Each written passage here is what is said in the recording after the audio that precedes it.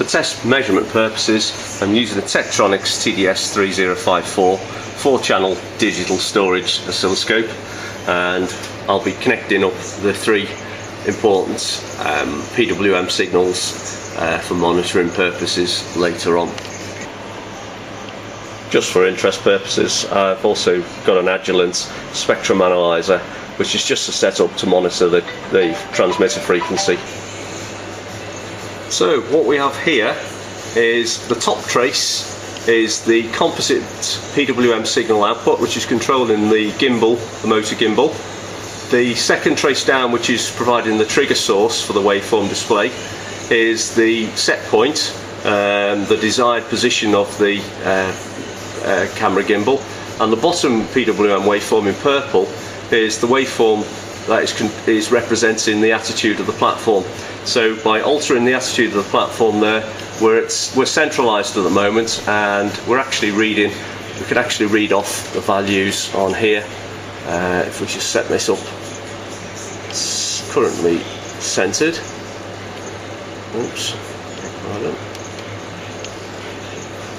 And you can see that the actual pulse width is about 1.58 milliseconds. It's roughly central.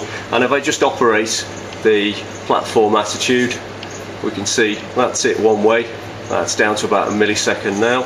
Back to the center, and then off to the other extreme, which is nearly 2 milliseconds, just under 2 milliseconds.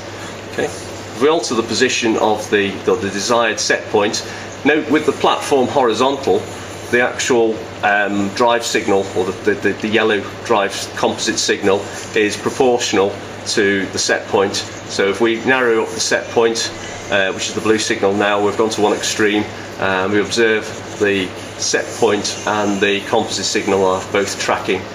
So currently we've got the pointer set down to the horizontal position. Set that to horizontal there. Oops.